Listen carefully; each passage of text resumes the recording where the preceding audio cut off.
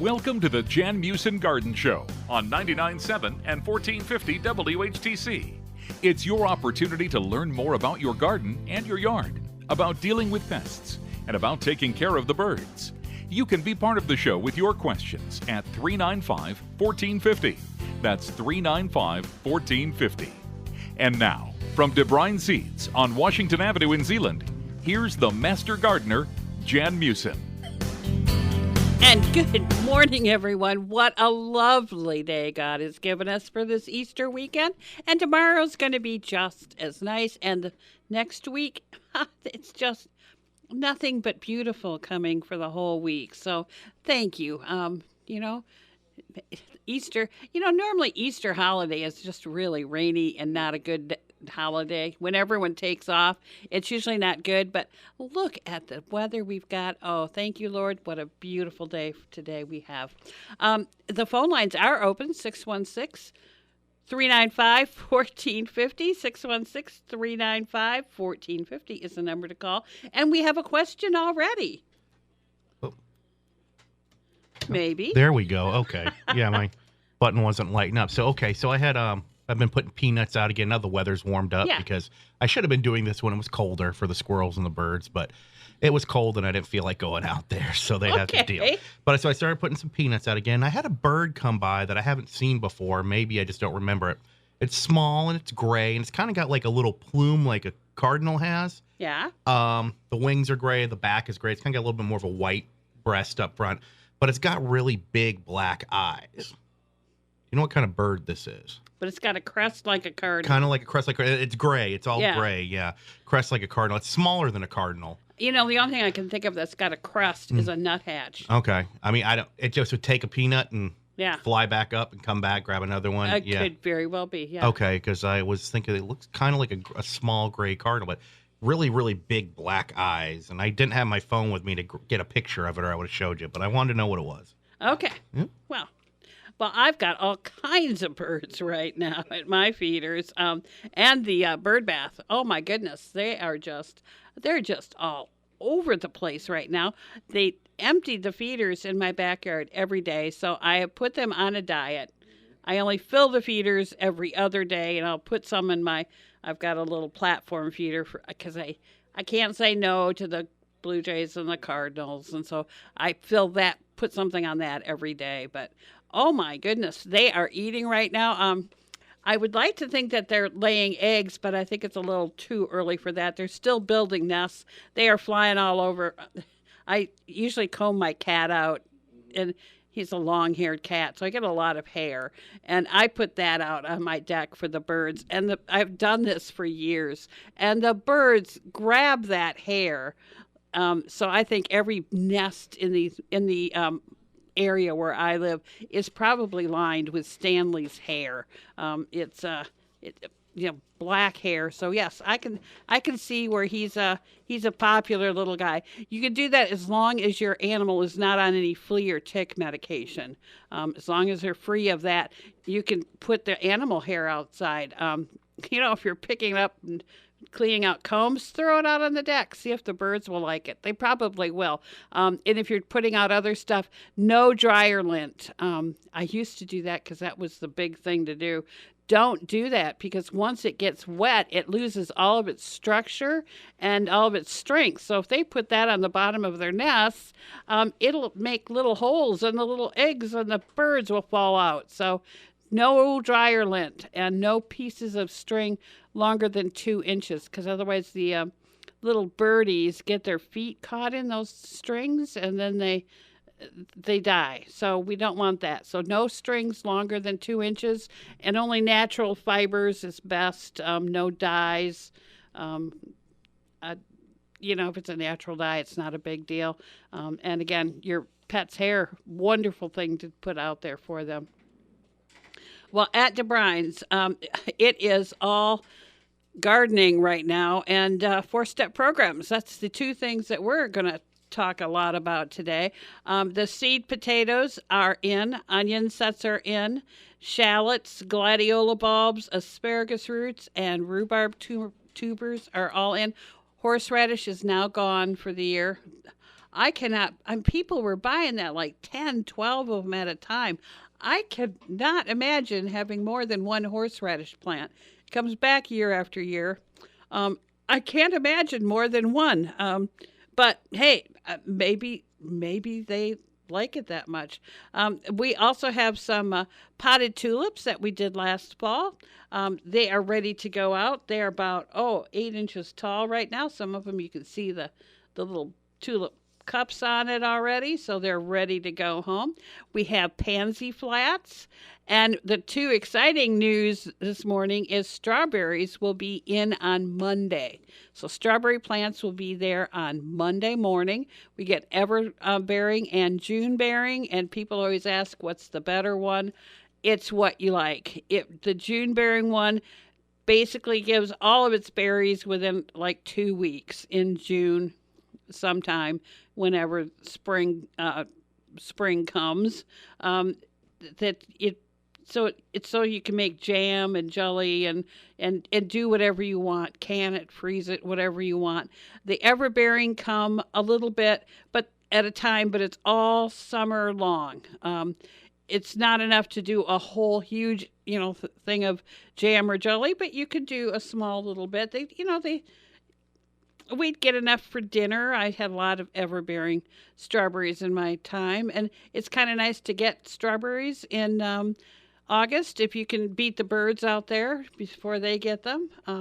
It's kind of nice to do that. So it's whatever you like. If you do a lot of, preserving or making jams or whatever, I would get the June bearing. But if you don't, ever-bearing are just fine. The dahlia bulbs are also in. We've got some really pretty ones. I've already picked mine out, so I'm very proud of myself that I got the first choice there. But they are gorgeous. So it's not time to plant them yet, but it's time to get them, because by the time it comes to plant them, they'll all be gone. That's what always happens. Okay, now the absolute exciting part of the spring, the Texas sweet onion plants are in the building at Debruyn's. Well, actually, they're outside the building. We have the yellow, white, and red ones. They just came in from Texas yesterday. I've been busy shipping them out all over the place today and yesterday. But yes, if you want the Texas sweet onion plants, they don't last long. They've just been ripped out of the ground in Texas and shipped up here, and they've got a shelf life. I mean, they've got to be put back in the ground pretty quickly. So if you want them, I would get them within the next 2 weeks. They don't last forever. Seed potatoes will be around a while, and the onion sets will be around for a while, but the Texas sweet onion plants will not. So if you want the onion plants that look like a plant, you need to get to Debruyn's now. They're sold in bundles of about 50 plants. Guys rip them out of the ground, put a rubber band around them, and it's not a job I would ever want to do, so I don't ask them to count exactly how many they've got. So we're just going to say approximately 50. They might have 75 in there. I don't know, but they usually do a handful, and they tie them off. So we've got those now. And we are nowhere near being sold out of seed, so we've got plenty of seed for your garden. No matter where celery to corn to collards, we've got it all. So don't worry about it. Just come on in, pick out what you want to plant. The seed drawers are a little bit intimidating sometimes when you see how many choices you have, like say for carrots or beets or whatever. And then, I've seen so many people just like glassy-eyed in front, like, I don't know which one I had last year. I don't know which one to pick. I do that. I used to do that. I would, especially with my peas, the first thing I plant in the spring, and I'm putting my peas in this weekend. And I used to stand there and go, oh, what kind did I get last year? What kind was that?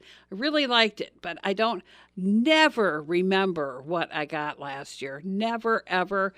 So now I've been saving the seed pack. Ha, what a smart idea.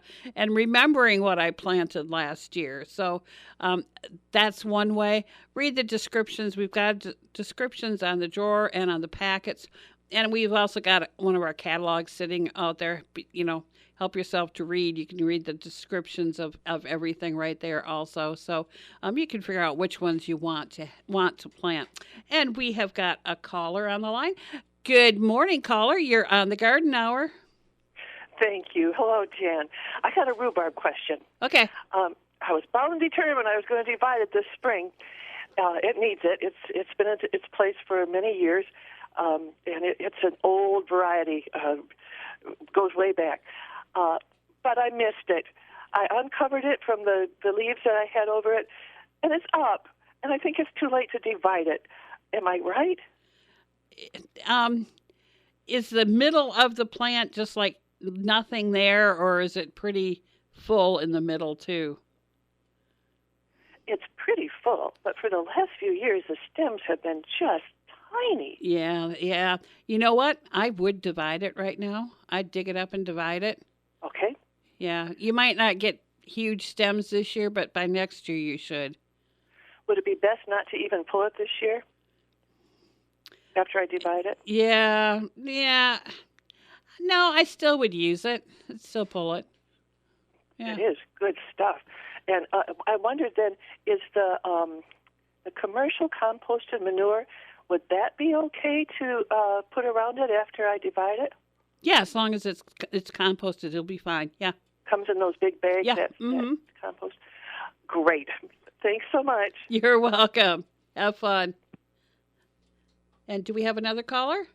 We did, buddy. Oh, I'm sorry. Give us a call, 616-395-1450, 616-395-1450. Just give us a call.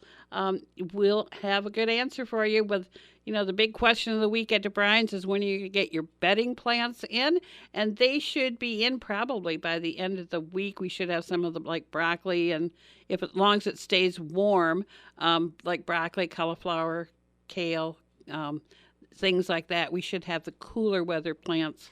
The soil is still plenty cold. I looked this morning and the soil temperature is still 44.6 degrees. So, it's early to put down crabgrass preventer, although if we get sunshiny weather for, a good week, it should just heat right on up.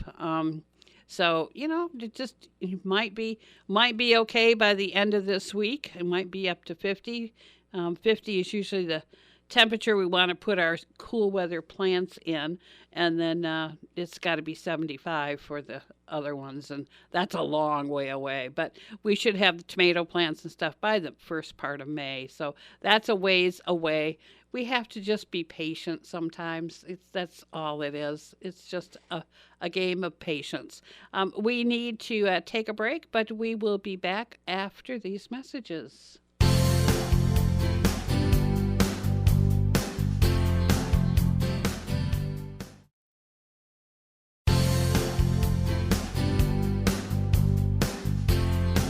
Let's get back to the Jan Meeuwsen Garden Show.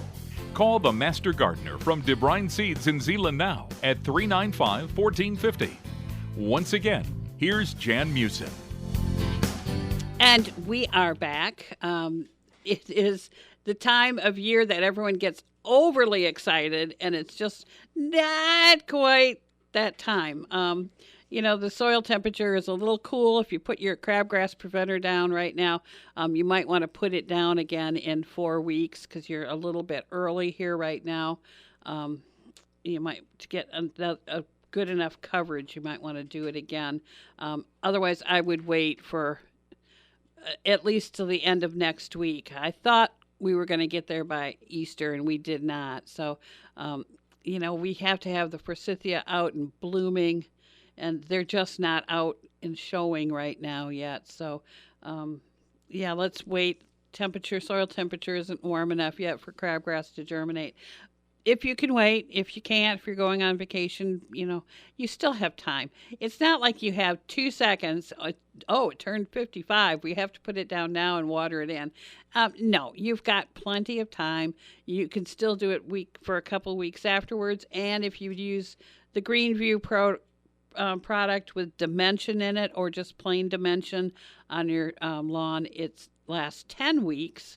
And it also is a pre-emergent, but it's also a post-emergent. So even if you didn't put it down in time and it started to germinate, this stuff will kill it. So you don't have to be as fussy about the timing when you put down Dimension as like Scott's product is Halts, and that really is like a 6-week product, and you really need to time that well. But the Dimension product you do not. So Greenview's a little more forgiving on the first step there, so you don't have to be just right on top of it. And with your garden too, we've got some pretty waterlogged soils around here, and if your soil is wet, please don't put seeds in it. You're just going to have them, they're just going to rot in the ground. We don't want that. And then you're going to come back to Debruyn's and go, well, it never came up. Well, if you try to dig them up, you'd find out that they rotted in the ground because it's too wet. So make sure your soil is dry enough when you put the seeds in. You don't want to till wet soil. You don't want to do anything with damp, wet soil. So just kind of stay off the garden if that's your garden. I've got beach sand. I don't really have to worry about that. But my soil is kind of chilly right now. I do have some garden pots and planters that are big enough that I can plant some stuff in. That soil is warm enough because I take it out of the garage and put it in there, and it's plenty warm enough. So that I can do. So if you got some containers or whatever, you probably got enough, soil's warm enough. Just remember, plants and outside, and it does still freeze at night. And we have a caller on the line. Good morning, caller. You're on the Garden Show. Hi. Can I still trim my butterfly bush back today? I would trim it back, yes. Okay, not too late. They're really not fussy. I trimmed it back already in the middle of the summer, too, when I thought it was getting too out of hand. So don't worry about it. It will be fine. Okay. How about the big hydrangea bushes? Those are a different problem. If you got the ones with the big flowers on it, you can cut off last year's flowers. That's fine, neaten up the bush. But remember, when you're going back on that stem, you can only go back to that swelling on the stem, and that's this year's blossom. So remember, don't cut that off. Great. Thank you. Yep. Have fun out there. Yeah, bye. You got a nice day. I mean, it's a beautiful day to be outside, and if you got some things to do like that, I'd go ahead and do it. I just got my butterfly bush down. I had trimmed it down last fall, but I only trimmed it down to like 2 feet tall, so mine grows so fast. I trimmed it down way back. Now it's about 4 inches tall, so then it shouldn't get too out of hand this year. Last year was ridiculous with that thing. Although it does, I have never seen so many butterflies in my life. They're not by nothing else. They are just by my butterfly bush, which is so fun to watch. I don't get a lot of bees there because it doesn't have a flat landing on the flower for the bee to get in. But the butterflies I get all kinds of butterflies. I've got 2 butterfly bushes, and I get more. I've got one butterfly bush that's almost a dark purple, and I get these really, really black butterflies on it. I have no idea what they are. I went to the butterfly exhibit at Meyer Garden, and I kept looking for that black butterfly. And there's a bunch of black butterflies there this year, at least when I was there. So who knows? Maybe I'm getting those. I have no idea. But it loves that one butterfly bush of mine. So if you've got them, you still can. They're not a fussy plant. You can prune those in the fall. You can prune those in the spring. They really just don't care. So that's the kind of plant I like. I know it's considered a weed in certain areas, but it's a pretty weed. So I like it. It works well right in my backyard. So hey, that's life. The birds are coming back. If you haven't already added some like mealworms to your food or put some mealworms out, I've gone to the Mr. B's fruit and nut mix, so it's got some fruit in it, and it's got the little suet balls. And oh my goodness, my robins love those little suet balls that are in there. It's in my no waste mix too. The robins are all over those. Love them. The cardinals will grab the sunflower seed, but they've got nuts in there. I've got chickadees that grab the nuts. It's fun. The blue jays come in there. During the winter, I had 5 blue jays at a time, and they very peacefully ate all together with no problem. Now, one at a time, and if another one comes in, oh my gosh, there's a fight. So obviously, we're getting a little more territorial here, but it's fun. It's so much fun to watch those little guys as they come through. I've got some towhees already. I've got a lot of the April birds are already back. The hummingbirds are in the around Tennessee, Kentucky area right now. They're on their way up. They should be here within a couple of weeks or so. I know we always have them by tulip time. It's old hat with the hummingbirds, but you might want to get them up around mid-April. In another week, you might want to put up a hummingbird feeder. If you've always put it up in a certain area, get it right back. They like going back to the same area every year. So you put it up in the same area as you did last year. Fresh nectar, it's 4 parts water to 1 part white sugar. And we do have a caller on the line. Good morning, caller. You're on the Garden Show. Yes, I got 2 questions. Okay. When is the best time to transplant ever-bearing raspberries? And building a raised flower bed, can I use exterior plywood on the inside? As long as it's not treated, it's okay. But I think exterior is treated. Yeah, we don't want treated wood, and that does leach out into the soil. Okay. So that's a no. And you've got ever-bearing raspberries? Right. Boy, that's like a pick one, isn't it? I think I would, if you're going to transplant it, I would do it quickly now. You've cut down the canes already or not? Not yet. Okay, I think I'd cut those down and I would transplant it now, yes. Okay, the ground is warm enough, they'll take off? They should be just fine. They've been living in the cold ground, so they should not have a problem. As long as it's not really wet, I would be fine with that. Okay. Okay, thank you. Yep, you're welcome. Remember, perennials, as long as you can work the ground and it's not too wet, they live in the cool ground in the winter and they're just fine. So don't worry about how cool it's 44 degrees. 45, might be by the end of the day 47 degrees in there, and they'll be just fine in there. So don't worry about those little guys. They should be just fine. Annuals, no, they don't want to have their feet in 40-degree temperatures ever. So perennials, yes. Annuals, no. That's going to be the theme for the week. We're going to have to be patient again, just for a little bit. It should be, in a couple of weeks it'll be fine and we can plant all the stuff that we want, but it's just not quite the time yet. I know a lot, my goodness, I cannot believe how many tons of potatoes we got out because everybody, my dad was always, you plant your potatoes on Good Friday. Well, that would have been okay this year as long as your soil isn't wet. So you might be having to celebrate the Eastern Orthodox Good Friday in a couple of weeks and plant your potatoes.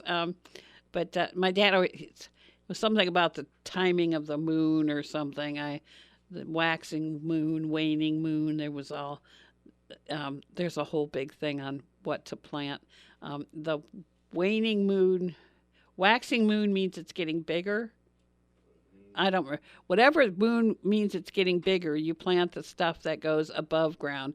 And as the moon gets smaller, then you plant the stuff that goes below ground, if that means anything. That's always a good farmer's almanac, and my dad always believed in that. So, yeah. We'll just keep it at that. Hopefully by this time you have raked out the snow mold in your front and backyards. That's the stuff that where the snowbanks were and kind of smashes down the grass blades, and you got to break that up a little bit. You might need to put in some grass seed in those areas. That would be fine to do right now. A lot of people are putting in grass seed. My goodness, you would not be alone. The soil is too cold for it to germinate, but it's fine. Grass seed will lie dormant until the soil does warm up. And we'll talk about that more when we come back after the news.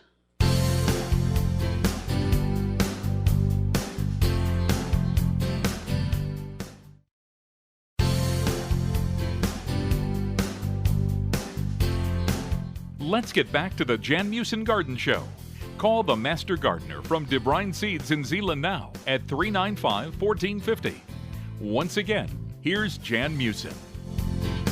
And we are back. We were talking about grass seed before we left. It's okay to put down grass seed right now. It lies dormant until the soil is warm enough. So rake the seed into the ground so you don't, if it does rain, it's not going to run off. If you do have it on a slope, I might put like a blanket down on top. But we've got those roll-out straw things that you can put out on the top of the grass seed also. So keep it in place so you don't, in the summer you've got wonderful thick grass at the bottom of the hill and you got nothing on the hill. That's the reason why it all went down when it rained. So you might want to put something down to get it on there. We've got this roll of straw that you roll it out. It's kind of like what they use by the side of the road in places. And it's got a tackifier in it. It sticks there and it keeps the seed right there. So the seed will germinate right where you put it. So that's always a good thing. So you might want to think about that. Putting down a fertilizer when you put down your seed is a wonderful idea. A starter fertilizer.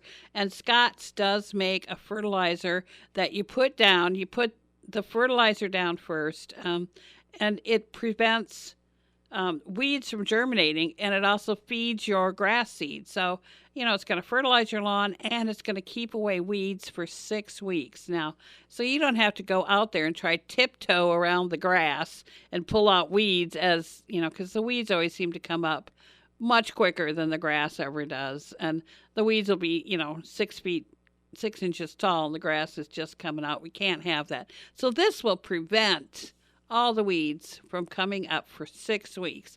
It's like, my goodness, can't imagine if you're doing a larger area. If you're doing little tiny holes, I wouldn't put it down. But if you're doing a larger area, what a way to get by without having weeds and without having problems. So look for the Scott's fertilizer plus weed control, starter fertilizer plus weed control. And it also makes an excellent crabgrass preventer too. If you're going to do it, you can do it if you're only going to do half the lawn, but you can put this over the entire lawn and it will be as a crabgrass preventer too. So it makes sense to me. It makes sense to me. If you're going to put in a lawn, it would be this would be the product I would use. I wouldn't be without it. So, it's only been on the market for a couple of years, but what a headache reducer that has been. So, you might want to keep that in mind when you're doing it. Moss, everybody seems to have moss this year. It is okay to put moss killer on the lawn. Scott's has a moss killer that also has kind of a fertilizer in it. So when you rake out the moss. Fertilizer will help the grass that's there to grow. So that's always a good idea. Once you rake out the moss, once it's dead, you might want to put some grass seed down. Now, moss is an opportunistic type of plant. It's only going to grow where nothing else grows, so it just sees an opportunity and it will grow because it won't have any competition. So you're probably going to want to change the conditions of where the moss is growing.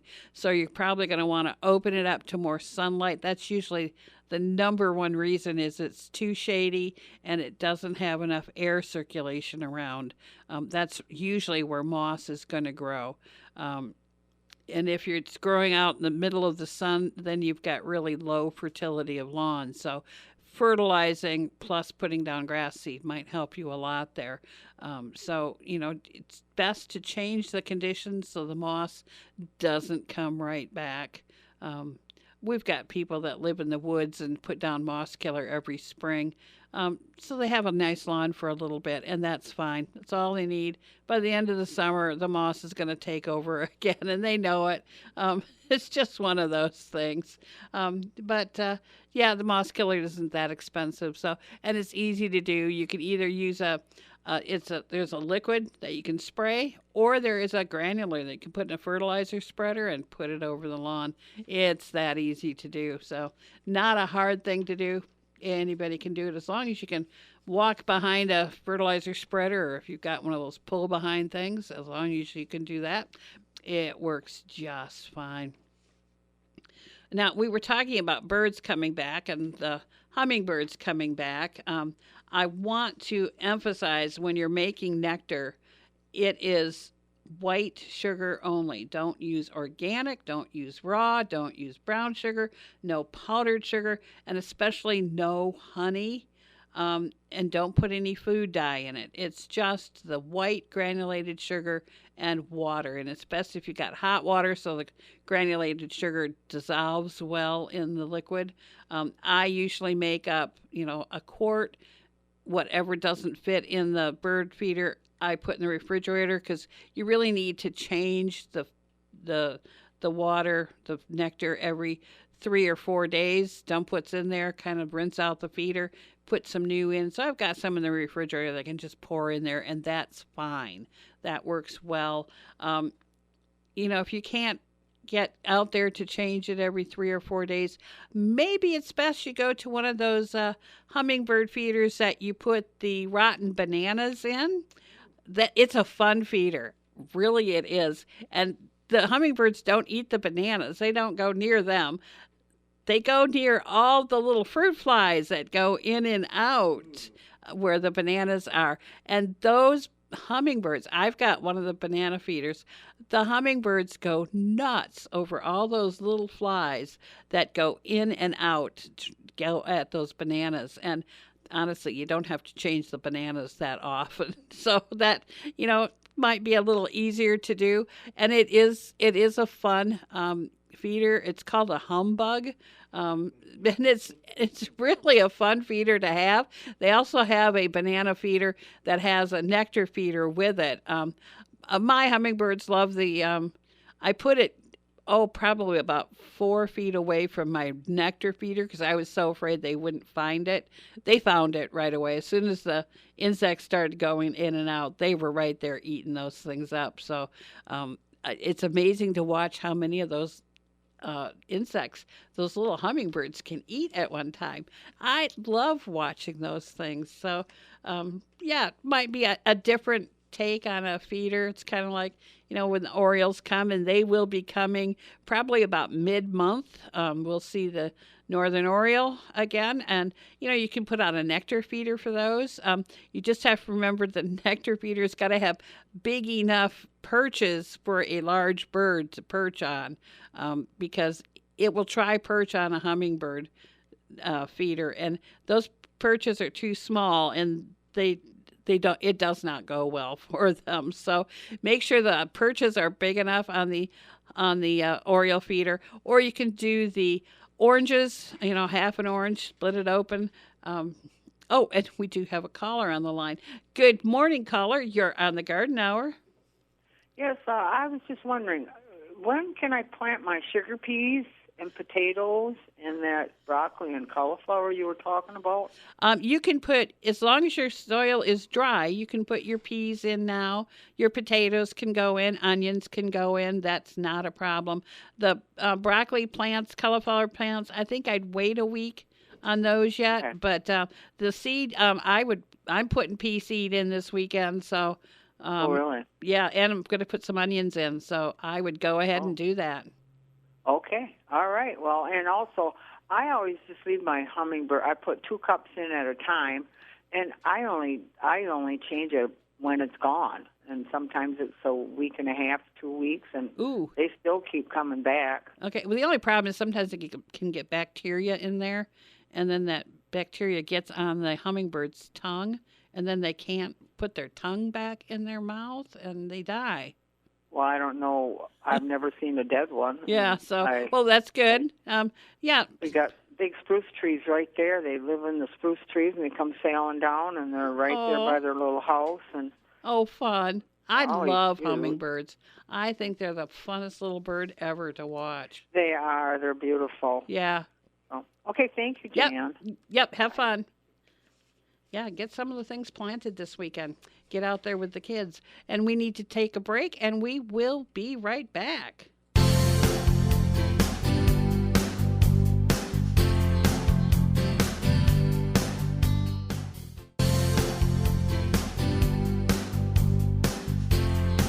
Let's get back to the Jan Meeuwsen Garden Show. Call the Master Gardener from Debruyn Seeds in Zeeland now at 395-1450. Once again, here's Jan Meeuwsen.